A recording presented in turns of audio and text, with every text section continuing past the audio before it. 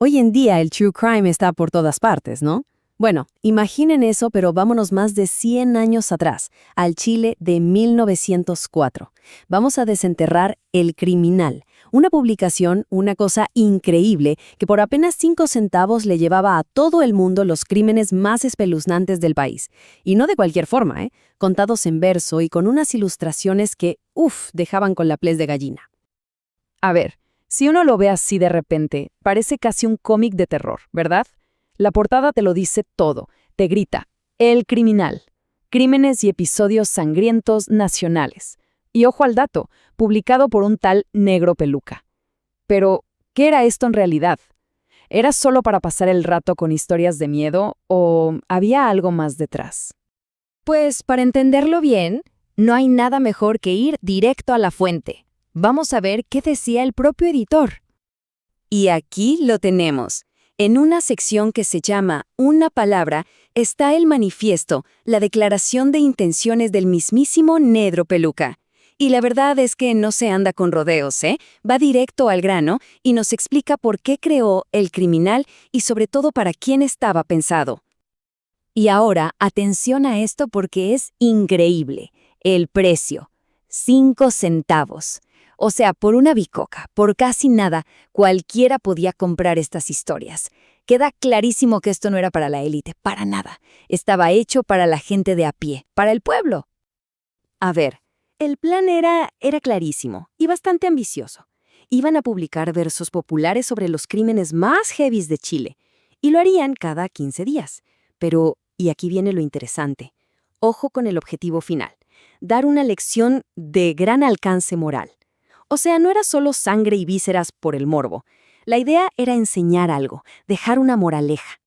Y este estilo de contar las cosas tiene un nombre. Se llama la lira popular. Era, para que nos entendamos, como el noticiero del pueblo.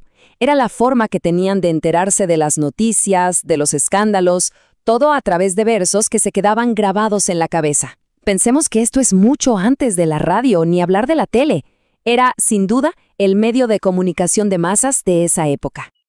Bueno, ya que tenemos el contexto, vamos a lo bueno. Metámonos de lleno en el contenido. ¿Qué tipo de historias uno se llevaba a casa por esos 5 centavos? Y la publicación no pierde ni un segundo, ¿eh? Arranca con todo. La primera historia es El gran crimen de la calle Santa Rosa, un relato súper crudo de violencia doméstica que, imagínense, tuvo que haber dejado a los lectores de la época completamente en shock. Y miren nomás el titular, ¡qué impactante! Te resume todo en una frase. El marido mata a su mujer, un héroe de 16 años. ¡Boom! Tragedia y heroísmo, todo junto. Esto era puro melodrama popular, directo y al corazón. Y los versos, bueno, te pintan un cuadro súper claro. No hay grises. Por un lado está Primitiva, la mujer de trabajo, honrada, o sea, la víctima buena y pura. Y por el otro, su exmarido, José Carrasco, el villano total, que se arruinó por la mala junta entre el naipe y el licor. La moraleja de la historia la dejan clara desde el primer momento. El momento cumbre es de película, súper dramático. Imaginen la escena. Son las 2 de la mañana y de repente Carrasco y su pandilla de amigos borrachos irrumpen en la casa. Pero claro, con lo que no contaban era con la valentía de su propio hijo, Arturo, que se les planta y defiende a su familia. Incluso hiere a uno de los atacantes. Pero la cosa no se queda ahí, ni mucho menos. La violencia sigue. Pasemos a otra historia de la colección, que esta vez nos lleva a los cerros de Valparaíso. Se titula El crimen del Cerro La Cordillera. Y si pensábamos que el titular anterior era fuerte, este es brutalmente directo, sin anestesia. El marido destripa a su mujer. Así, tal cual, sin metáforas, sin adornos, así de crudo y sin filtro era el contenido que se vendía por 5 centavos. Claro, y las ilustraciones, aunque eran sencillas, eran importantísimas. Estos grabados, así medio toscos, eran una parte clave del por qué la gente los compraba. Capturaban la violencia del momento, hacían que la historia cobrara vida, sobre todo para un público que muchas veces no sabía leer. Pero ojo, estas historias no eran solo sobre la violencia y ya. Había un tema que se repetía siempre, la consecuencia moral. El poema siempre termina con la llegada de la justicia, del juez, y la promesa de que la justicia verdadera le ha de aplicar el castigo. La moraleja era súper clara para todos. El que la hace, la paga. Ok, vamos a dar un paso atrás. Dejemos lo macabro por un momento y pensemos, ¿qué nos dicen todas estas historias sobre la sociedad de esa época? ¿Por qué la gente las consumía con tanto fervor? Es que estos folletos eran mucho más que simple entretenimiento barato. Eran, en realidad, un espejo. Reflejaban los miedos y los problemas del Chile de principios del siglo XX. Temas como el alcoholismo, la pobreza, el juego, aparecen una y otra vez como la causa de todo el mal, de la destrucción de las familias. Y aquí es donde el criminal se pone sorprendentemente complejo, porque compara dos caminos muy diferentes que llevan a la ruina. Por un lado tenemos la historia de los dos tahúres, que cuenta sobre hombres ricos que lo pierden todo por el vicio, por sus malas decisiones, o sea, una falla moral. Pero por otro lado está la canción del inmigrante, que habla de un hombre que se vuelve criminal porque la sociedad simplemente no le da otra oportunidad. Y aquí podemos ver un poco de ambas historias. Son dos visiones totalmente opuestas sobre de dónde viene el crimen. ¿Es una elección personal, una decisión de cada uno, o es culpa del sistema que te empuja a ello?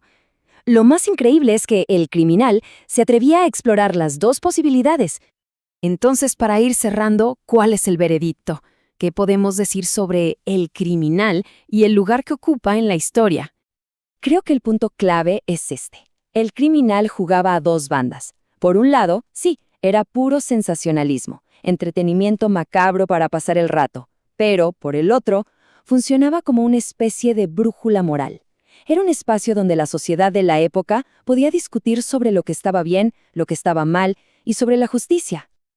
Lo que es realmente fascinante es darse cuenta de que este humilde folletito chileno es básicamente un abuelo del fenómeno global del true crime que vemos hoy.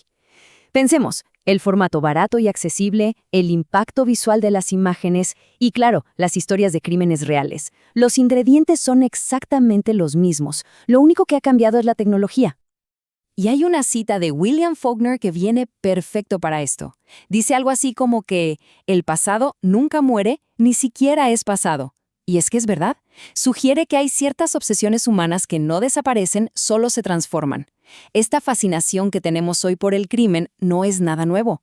Es un eco, un reflejo de lo que ya le volaba la cabeza a la gente hace más de un siglo en las calles de Santiago. Y todo esto nos deja con una última pregunta flotando en el aire. Cuando hoy nos enganchamos a un podcast o a una serie de crímenes reales, ¿somos de verdad tan diferentes de aquellos lectores que compraban El Criminal por 5 centavos? ¿O es que simplemente hemos encontrado maneras más modernas de satisfacer esa misma vieja y oscura curiosidad humana?